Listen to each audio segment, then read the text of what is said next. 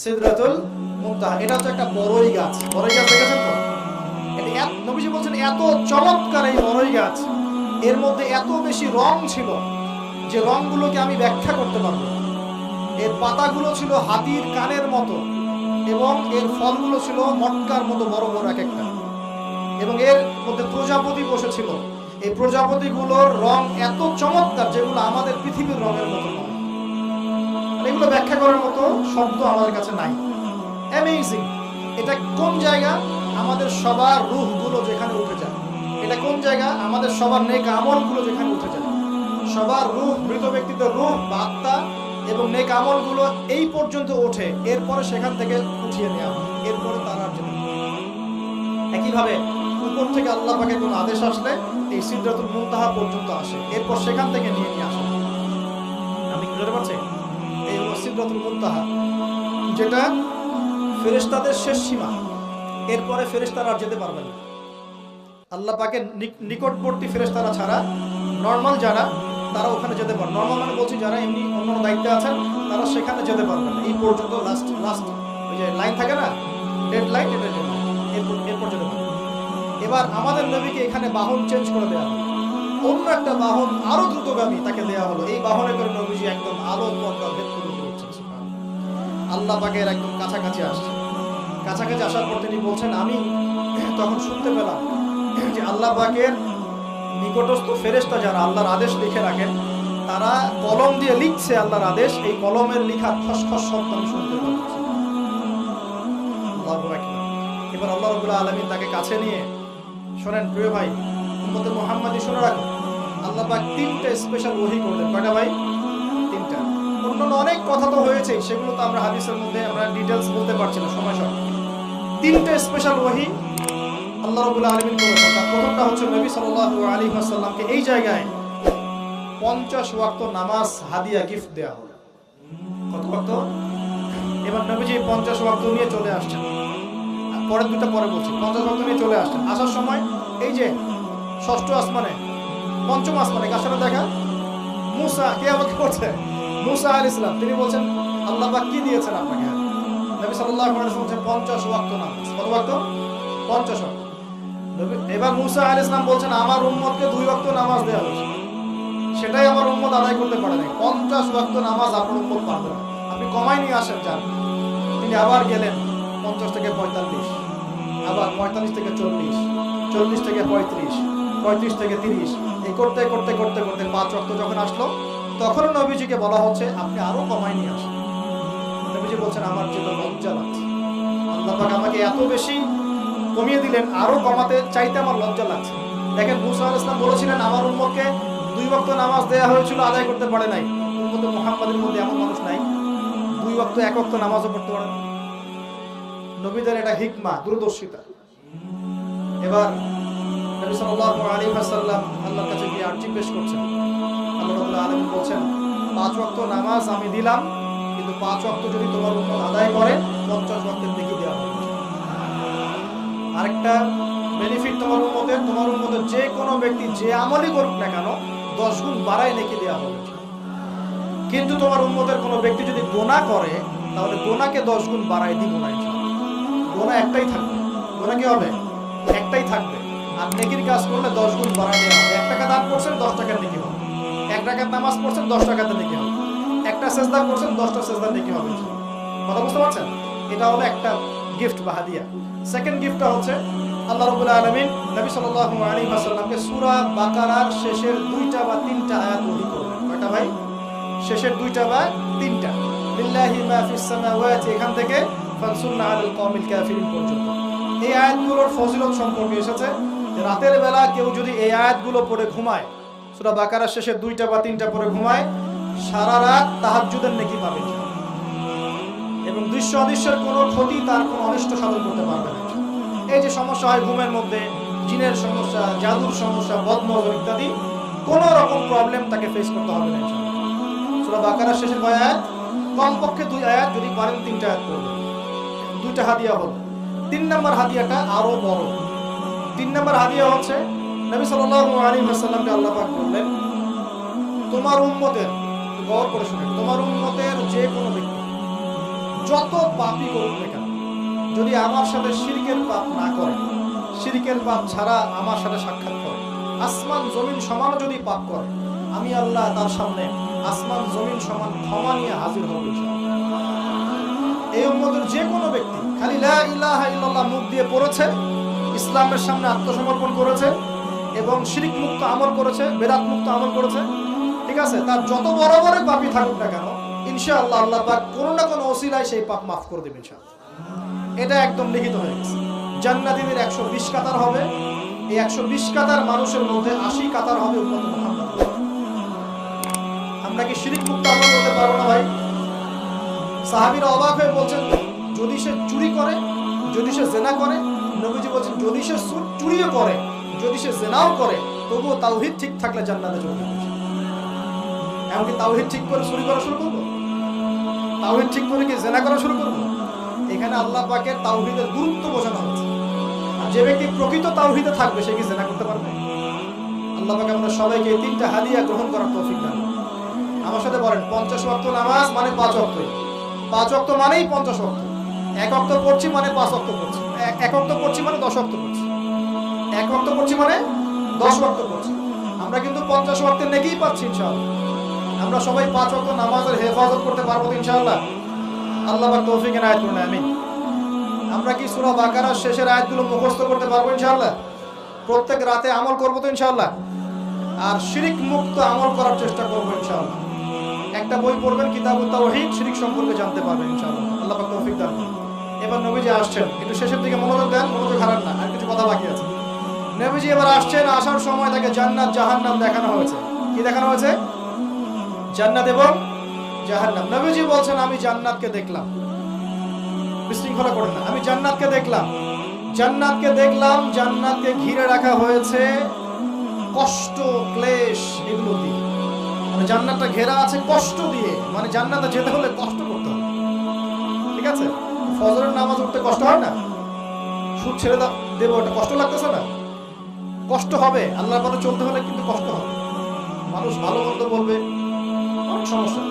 জান্নাতকে ঘেরা হয়েছে কষ্ট দিয়ে, আর জাহান্নামকে ঘেরা হয়েছে প্রবৃত্তির দাসত্ব দিয়ে। মন যাচাই তাই করেন না, মন চাচ্ছে মদ খাইলেন, মন চাচ্ছে জেনা করলেন, মন চাচ্ছে সুদ খাইলেন, মন যাচাই তা দিয়ে জাহান্নামকে ঘেরা হয়েছে। এবার নবীজি বলছেন, জাহান্নামে আমি উকি মেরে দেখেছি, জাহান্নামে দেখেছি বেশিরভাগ অধিবাসী, জাহান্নামের বেশিরভাগ মানুষ হচ্ছে উম্মতে মুহাম্মাদের নারী জাতি। বলেন নাউজুবিল্লাহ। এই নারী জাতি মানে আমার বোন, আপনার মা, আপনার স্ত্রী, আমার বোন, আমার মা, আমার স্ত্রী, আমাদেরই তো। নারী কি আমাদের বাইরে? কেন তারা জাহান্নামে যাবে? নবীজি বলছেন কয়েকটা কারণ। 1, তারা বেশি বেশি লানত এবং অভিশাপ করে। 1, 2, তারা এমন কিছু কাপড় পরে শেষ জামানায় বাইরে ঘুরবে যে কাপড়গুলো পরেও তারা নগ্ন থাকবে, অর্থাৎ বেপরদামির কারণে। 3, তারা বুক পিঠ চাপড়ায়, প্রলাপ বিলাপ করে, এটা একটা কারণ। 4, তারা স্বামীর সাথে কখনো কখনো কুফরি করে। কেমন? স্বামী সারা জীবন যদি তাদের ভরণ পোষণ ভালোবাসা দিয়ে যায়, কোনো একদিন যদি কোনো সমস্যা সৃষ্টি হয়, বলবে যে সারা জীবন তোমার কাছে কিছুই পাই না। এই সব কিছুর ঊর্ধ্বে একটা কারণ আছে, এই সব কিছুর ঊর্ধ্বে একটা কারণ আছে, সেটা হলো, শোনেন, তাদের উদ্ধত মস্তকটা আল্লাহ পাকের বিধানের সামনে সহজে অবনত হতে পারে না, চায় না। এগুলো কিন্তু সব মেয়েদের জন্য না, উম্মতে মুহাম্মাদির একটা অংশের মেয়েদের জন্য আল্লাহ নবী এইসব কথা বলেছেন। আবার এমনও মেয়ে আছে, শোনেন, এমনও মেয়ে আছে যারা ঈমান আমল টিকে রাখার জন্য না খেয়ে থাকতেও রাজি আছে। এমনও মেয়ে আছে, এমনও বহু দিনী মন দিনী মেয়ে আছে আমাদের সমাজে যারা ঈমান আমল ধরে রাখতে চায়, পরিবার তাকে রাখতে দেয়। ফেরাউনের ঘরে থেকেও একজন মেয়ে জান্নাতে গিয়েছে, গিয়েছে কিনা? গিয়েছে। অতএব আমরাও যে দুধে দেওয়া তুলসী পাতা এমন নয়, আমাদের মধ্যে বহু খারাপই আছে। কিন্তু নবীজি এখানে স্পেশালি বলেছেন যে শেষ জামানার মেয়েরা, নিসাউন কাসিয়াতুন আরিয়া, যারা কাপড় পরে নগ্ন থাকবে, মহিলাতুন নামিলা, যারা অন্যকে আকৃষ্ট করবে, অন্যের দিকে আকৃষ্ট হবে, এরা জান্নাতে যাবে না, জান্নাতের বন্ধ হবে। নবীজি বলেছেন, আমি জাহান্নামে দেখেছি বেশিরভাগ নারী জাতি। এখানে আমার মা, আমার বোন, আপনার মা, আপনার বোনের সতর্ক হওয়ার কি হেদায়েত আছে কি নাই? আর এই মেয়েদেরকে চালাই কি আমরা না অন্য কেউ? আমরাই তো আমাদের পরিবারকে চালাই কি না? আমরাই তো খাওয়াই পড়ে নাকি? তাহলে আমাদের পরিবারের বোনেরা কি পর্দা করতে পারবে না, প্রতিষ্ঠা করতে পারবেন না? পরিবারের আমাদের মায়েরা বোনেরা স্ত্রীরা পর্দা করবে না? এই দায়িত্ব আমাদের না? পরিবারের কর্তা আমরা নই, আল্লাহকে আমাদেরকে জিজ্ঞাসা করবেন না? অতএব আমরাও যেন সতর্ক হয়ে যাই, আল্লাহ পাক তৌফিক দান। এই জন্য বলি, বিয়ে করতে হলে আগে দিনদারিতা দেখবেন, তারপর বিয়ে করবেন। দুনিয়াদারিতা দেখে বিয়ে করলে পরে পস্তাবেন। ছেলে মেয়ের উভয়ের প্রতি একই নসিহত, বিয়ে করতে যদি হয়, বিয়ে যদি করতেই হয়, তাহলে দিনদারিতা দেখে বিয়ে করবেন। তারপর দেখবেন যে মেয়ের বংশ কেমন, সৌন্দর্য কেমন, এই সেই পরে দেখবেন। আগে দেখবেন দিনদারিতা ঠিক আছে কিনা। ছেলের ক্ষেত্রে একই বিধান, আগে দেখতে চান না কত বড় চাকরি করে, কত প্রপার্টিজ আছে, কত বড় বাড়ি, এগুলো পরে দেখবেন। আগে দেখবেন ছেলে নামাজ পড়ে কিনা, ছেলের মধ্যে সুন্নত আছে কিনা, এইগুলো আগে দেখবেন। এই বিয়ে নিয়ে প্রচুর জাহিলিয়াত সমাজে আছে, এই কারণেই পরিবারগুলো এখন ভেঙে যাচ্ছে। আল্লাহ পাক আমাদেরকে সুন্নাহ মেনে চলার তৌফিক দান করুন। আমি নবীজি এখানে বলেছেন, আমি জাহান্নামে দেখেছি বেশিরভাগ অধিবাসী নারী জাতি। আমাদের বোনদেরকে রিকোয়েস্ট করবো, সতর্ক হয়ে যান, আল্লাহর ওয়াস্তে সতর্ক হয়ে যান। কেন শোনেন, কেন নবীজি বললেন, এই পয়েন্টটা একটু ভালো করে বোঝেন। কেন নবীজি এই উম্মতের মধ্যে বেশিরভাগ মেয়েকে জাহান্নামী বললেন? আপনি একটু চিন্তা করেন তো, এই উম্মতের মধ্যে কি এমন হয়েছে, এই উম্মতের মেয়েদের সাথে কি এমন হয়েছে যার ফলে মেয়েদেরকে আর ঘরে রাখা যায় না, সব বাইরে চলে আসতেছে? কি হয়েছে এই উম্মতের মেয়েদের? এই প্রবলেম তো আগে 200-500 বছর আগে ছিল না।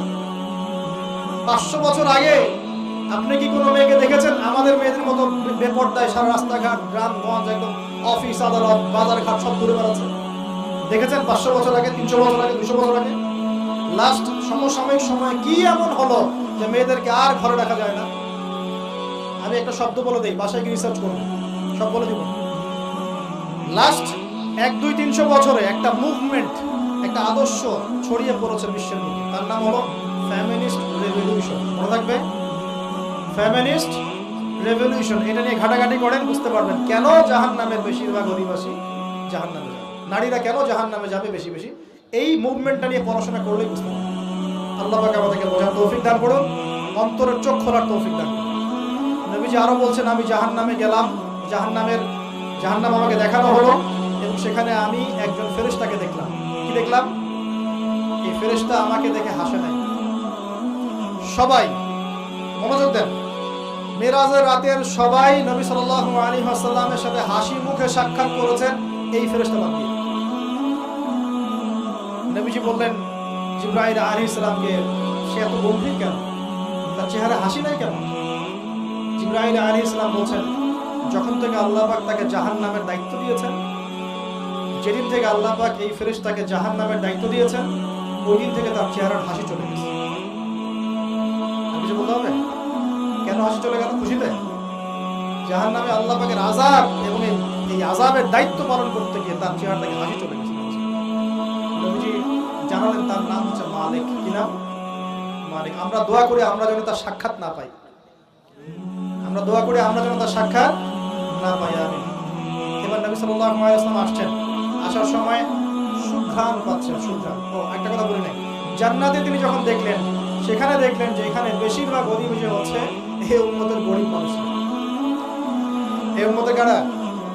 গরিব মানুষ, টাকা পয়সা কম, এত হিসাব কিতাব নাই, 5 ওয়াক্ত নামাজ পড়ে, রোজা রাখে, সাধ্যমতো দান সদকা করে, সত্য কথা বলে, জান্নাতের গরিবদের 500 বছর আগে। কত বছর আগে? তার মানে এই উম্মতের যদি কেউ গরিব হয়ে থাকি আমরা, কষ্টের কিছু আছে? ইনশাআল্লাহ কষ্টের কিছু নেই। তারপর নবীজি আসছেন, তিনি বলছেন যে আমি একটা মিষ্টি জান্নাতি সুঘ্রাণ পেলাম। আমি জিজ্ঞাসা করলাম এটা কোত্থেকে আসছে? তখন জিবরাইল আলাইহিস সালাম বললেন, এই ঘ্রাণ আসছে ফেরাউনের মেয়ের চুল আঁচড়ে দিত একজন দাসী। হঠাৎ একদিন চিরুনি পড়ে গেল হাত থেকে, সে বিসমিল্লাহ বলে চিরুনি উঠিয়েছে, আর দাসী শুনে নিয়েছে। বিসমিল্লাহ মানে কি? আল্লাহর নামে মানে কি?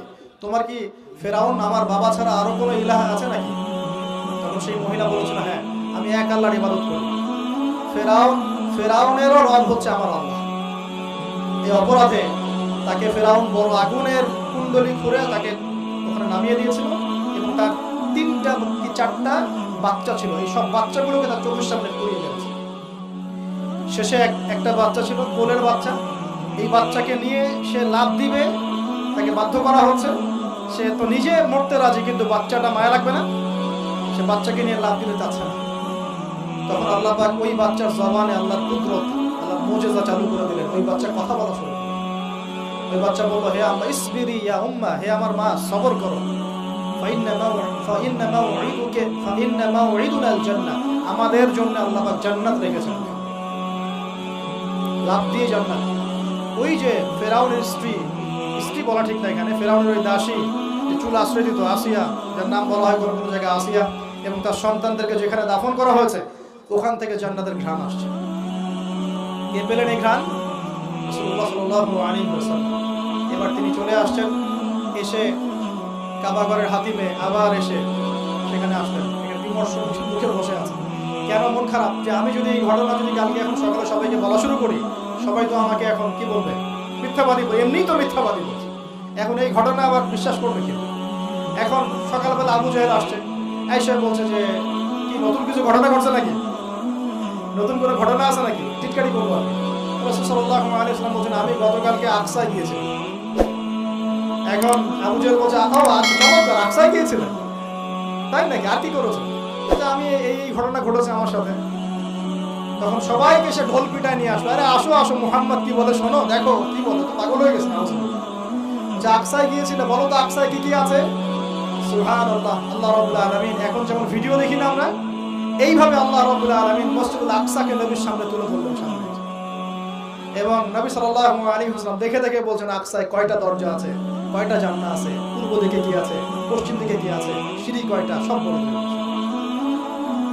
এরপর আবু বকর সিদ্দিকের সামনে একজন কাফের গিয়ে বলছে, জানো মুহাম্মদ কি বলেছে? মুহাম্মদ এই কথা বলেছে। আবু বকর সিদ্দিক তখন বলছেন যে আমি তো এর চাইতে কঠিন কথা বিশ্বাস করি।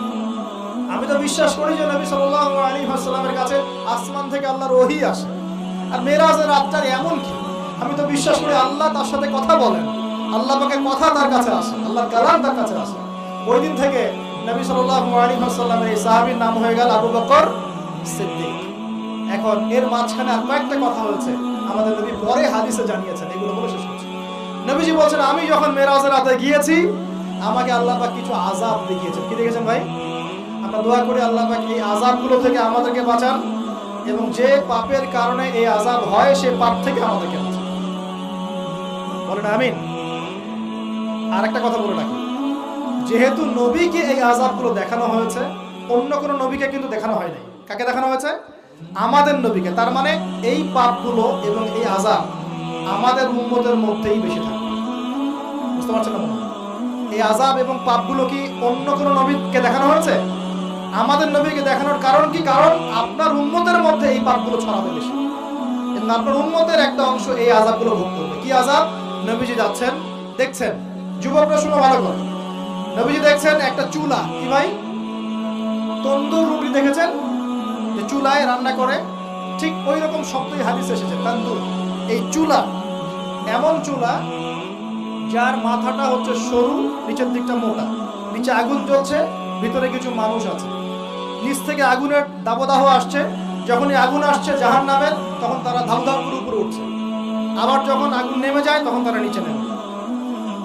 নবীজি মর্মান্তিক দৃশ্য দেখে বললেন যে এরা কারা, যাদেরকে এমন আযাব দেওয়া হচ্ছে? জিবরাইল আলাইহিস সালাম বললেন, যুবক ভাই শুনুন ভালো করে, জিবরাইল আলাইহিস সালাম বললেন, এরা হচ্ছে আপনার উম্মতের সেই সব ব্যক্তি যারা বিবাহ বহির্ভূত জিনা করেছে। এই পাপটা মারাত্মক। আল্লাহ পাক আমাদের সবাইকে পাপ থেকে ফিরে আসার তৌফিক দান করুন। এবং এই পাপ যদি করে থাকেন হতাশ হবেন না, তওবা করে আজকেই ফিরে আসবেন। তওবা করলে আল্লাহ পাক যে কোনো পাপ মাফ করে দেবেন ইনশাআল্লাহ। যে কোনো পাপ তওবা খাস করতে হবে, কোনোদিন এই পাপে লিপ্ত হওয়া যাবে না। এই যে গত 3-4 দিন আগে একটা দিবস চলে গেল না, লক্ষ লক্ষ কোটি কোটি যুবক যুবতী পাপ করেছে, করে নাই? আর আমরা উস্কে দিয়েছিলাম কাছে আসার গল্প, অমুক তমুক, হাবি যাবি, কত কথা। আর এদের স্লোগানগুলো এত চটকদার, খুব মজা লাগে, খুব মজা, মুখরোচক ভাবে উপস্থাপন করে। আল্লাহ পাকের কাছে আসার গল্প করা যায় না, রাসূলের কাছে আসার গল্প করা যায় না। আসলে এখনকার মিডিয়াগুলো এতটাই নির্লজ্জ হয়ে গেছে। কেন বলছি শোনেন, ইসলামের সাথে শত্রুতা তো আছেই, কোনোদিনও আল্লাহর কাছে আত্মসমর্পণ করা লাগে এমন কোনো ওয়ার্ডও বলবে না। টাইটেল দিবে ভূমিকম্পের কাছে মানুষ কত অসহায়, টাইটেল দিছে। প্রাকৃতিক বিপর্যয়ের সামনে মানুষ কত অসহায়, প্রকৃতির কাছে মানুষ কত অসহায়, এসব টাইটেল দিয়ে ভিডিও দিচ্ছে ওই যে ভূমিকম্প ইস্যুতে। একটা বারও বললো না যে এই আল্লাহ পাকের কাছে আল্লাহর শক্তির সামনে মানুষ কত অসহায়। ওই শব্দ ব্যবহার করা যাবে না। ওই শব্দ ব্যবহার করলে আপনি মৌলবাদী হয়ে যাবেন। যে প্রকৃতিটা কি? প্রকৃতি কে? প্রকৃতি কাকে বলে? কত প্রকার? প্রকৃতির স্রষ্টা কে? প্রকৃতি কে নিয়ন্ত্রণ করছে? ভূমিকম্পের কোনো ক্ষমতা আছে? না ভূমিকম্প যে দেয় তার ক্ষমতা আছে? এই সাগরের কোনো ক্ষমতা আছে? সাগরে যে জলোচ্ছ্বাস দেয় তার ক্ষমতা আছে? এই মাটিটাকে স্থির কে রেখেছে? এখন আমরা তো এখনো মহাবিশ্বে ঘুরছি না? এই যে ওয়াজ করছি যখন আমরা এখনো পৃথিবীটা ঘুরছে, আমরা কি বুঝতে পারছি? কে পৃথিবীকে স্থির রাখলো? কেউ বলবে না যে আল্লাহর আযাবের সামনে মানুষ কত অসহায়। হ্যাঁ, বলবে প্রকৃতির সামনে মানুষ কত অসহায়, ভূমিকম্পের সামনে মানুষ কত অসহায়। মানে এমন এমন চটকদার কিছু শব্দ দিবে, এই শব্দগুলো আপনাকে চিনিয়ে দিবে যে কারা আল্লাহর বাহিনী, কারা আল্লাহর দুশমনের বাহিনীর মধ্যে আছে। এখানে যুবকদেরকে উৎসাহিত করা হয়েছে না জেনার জন্য। আর নবী সাল্লাল্লাহু আলাইহি ওয়াসাল্লামকে কেন দেখানো হলো? কারণ তার উম্মতের মধ্যে জেনার ভাব ছড়িয়ে পড়ে। কিসের মধ্যে? চুলার মধ্যে শাস্তি দেওয়া হচ্ছে, চুলায় শাস্তি দেওয়া হচ্ছে। নবীজি বলছেন তাদের ভিতর থেকে এত দুর্গন্ধ বের হচ্ছিল যেন মনে হচ্ছিল যে কোনো পাবলিক টয়লেটের পাশ দিয়ে আমরা যাচ্ছি। ভাই, আল্লাহর ওয়াস্তে জিনার ধার কাছেও যায় না। আল্লাহ পাক বলেছেন ওয়ালা তাকরাবু জিনা, জিনার কাছেও যেও না। এক নাম্বার শাস্তি কি রেখেছেন নবী সাল্লাল্লাহু আলাইহি ওয়াসাল্লাম? কিসের শাস্তি? তন্দুর চুলার মধ্যে আগুনের শাস্তি। কিসের পাপের কারণে? বলেন, জিনা। এই উম্মতে মুহাম্মাদির মধ্যে জিনা ছড়িয়ে পড়েছে কিনা? এখন আমরা কি এই স্রোতে গা ভাসাবো না দূরে থাকবো? আমরা হালাল উপার্জনের সোর্স তৈরি করব, করে হালাল বিয়ে করবেন। হালাল উপার্জনের মাধ্যম তৈরি করবেন, করে বিয়ে করবেন। বিয়ের আগে কোনো পীড়িত নাই, সব পীড়িত বিয়ের পর পারা যাবে ইনশাআল্লাহ। আর সব আগে ভাগে খেয়ে শেষ করে ফেললে পরে খাবেন কি? তাই না বিষয়টা? আচ্ছা, এবার সামনে যাই। নবী সাল্লাল্লাহু আলাইহি ওয়াসাল্লাম সামনে গেলেন, গিয়ে দেখলেন, এবার দেখলেন কিছু মানুষ বসে আছে। সামনে আছে টাটকা তরতাজা গোশত, একদম ধোঁয়া উঠতেছে, একদম কালা ঘোড়ার মতো। আর পাশে রাখা আছে পচা, নোংরা, আবর্জনাময় গোশত। এই মানুষগুলো ভালো গোশত খাচ্ছে না, এই মানুষগুলো পচা গোশতগুলোই খাচ্ছে, দুর্গন্ধযুক্ত। নবীজি বললেন এরা কারা? নবী সাল্লাল্লাহু আলাইহি ওয়াসাল্লামকে বলা হচ্ছে এরা আপনার উম্মতের সেই সব ব্যক্তি যারা বিবাহিত। ভালো করে শুনুন, এরা আপনার উম্মতের সেই সব ব্যক্তি যারা বিবাহ বহির্ভূত সম্পর্ক করেছে। মানে বিয়ে করার পরেও, বাসায় স্ত্রী থাকার পরেও বাইরে জেনা করেছে, বাসায় স্বামী থাকার পরেও বাইরে জেনা করেছে। এখন আমাকে বলেন তো, উম্মতে মুহাম্মাদির মধ্যে সমকালীন সময় এই ফিতনাটা ছড়িয়ে পড়ে নাই? পরকীয়া ছড়িয়ে পড়ে নাই? এটা হলো পরকীয়ার স্পেশাল শাস্তি। কারণ পবিত্র হালাল ফ্রেশ জিনিস ওদের ঘরে ছিল, খাইতে ভালো লাগে না, ওদের নোংরা পচা জিনিস খেতে ভালো লেগেছে। আল্লাহ পাক কিয়ামতের মাঠেও ওই বারজাখের জীবনেও ওই একই শাস্তি দিবেন ইনশাআল্লাহ। আর এখন তো মিডিয়ার মধ্য দিয়ে এই যে বিভিন্ন সিরিয়ালস, নাটক, হাবি জাবি, এগুলোর মধ্য দিয়ে এটাকে উস্কে দেওয়া হচ্ছে, এটাকে অ্যাভেলেবেল করে ফেলা হচ্ছে। আর যারা বড় বড় শহরে থাকে এগুলো তো ফিতনা আরো বেশি। আল্লাহ পাক আমাদের মা বোনদেরকে বোঝার তৌফিক দান করুন, আর আমাদের ভাইদেরকেও বোঝার তৌফিক দান করুন। আমাদের সবাইকে আল্লাহ পাক পরকীয়ার মতো নোংরা পাপ থেকে হেফাজত করুন, বিবাহ বহির্ভূত সম্পর্ক থেকে হেফাজত করুন। আরো সামনে যান। নবীজি দেখলেন এবার একটা রক্তের নদী। কিসের নদী ভাই? প্রশ্ন করবো কেন রক্তের নদী, উত্তর দিতে হবে। ওই রক্তের নদীতে আল্লাহ পাক কিছু মানুষকে রেখেছেন। ফেরেশতারা পাথর দিয়ে তাদের মাথা ফাটিয়ে দিচ্ছে, পাথর ছিটকে অন্য জায়গায় চলে যাচ্ছে। পাথর নিয়ে আসার মুহূর্তের মধ্যেই মাথা আবার জোরে লেগে যাচ্ছে, আবার পাথর দিয়ে মাথা ফাটিয়ে দেওয়া হচ্ছে, আবার পাথর ছিটকে চলে যাচ্ছে। নবীজি জিজ্ঞাসা করলেন এরা কারা যাদেরকে শাস্তি দেওয়া হচ্ছে? নবী সাল্লাল্লাহু আলাইহি ওয়াসাল্লাম জিবরাইল আলাইহিস সালাম বললেন এরা আপনার উম্মতের সেই সব ব্যক্তি যারা সুদখোর ছিল। কি ছিল? এখন বলেন রক্তের নদী কেন? বলেন, উত্তরটা দেখি কে বলতে পারবেন?